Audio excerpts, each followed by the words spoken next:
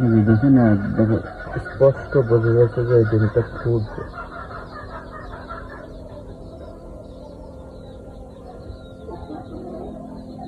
অনেকগুলো শিরা পুষেরা আর মাঝখানে একটা বিন্দু ঘুরে বেড়াচ্ছে, মানে এই ডিমটা ফুটবে ইনশাল্লাহ।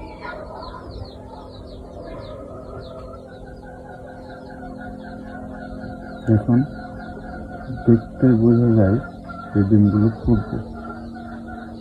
কি পরিমাণ শাখা প্রশাখা,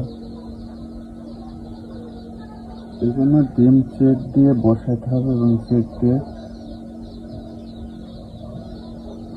এই 7 দিনের দিন আবার আর একটা চেক দিতে হবে যে ডিমগুলো ফুটবে কিনা। তাহলে বসানোর ডিমের পার্সেন্টেজ ভালো আসবে ইনশাল্লাহ। আমি এটাই করি, এবং প্রত্যেকটা ডিম চেক দিলেই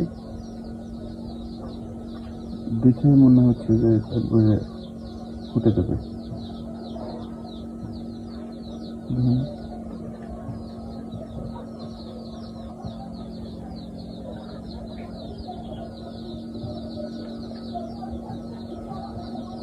যে 36টা ডিম আছে আমি চেক দিয়ে দিই।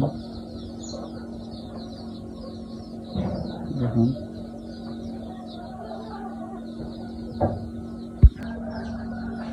এই দুটো ডিম 20 ডিম না, এগুলো আমরা সিদ্ধ করে খেয়ে ফেলবো। আজকে 7 দিন হলো বসাইছি, যা দেখে বুঝলাম যে অন্যান্যগুলো ফুটবে, দুটো ফুটবে না, তাই বের করে রাখলাম। মজাটা রেখে লাভ নেই, সিদ্ধ করে বা ভাজি করে খেয়ে ফেলবো।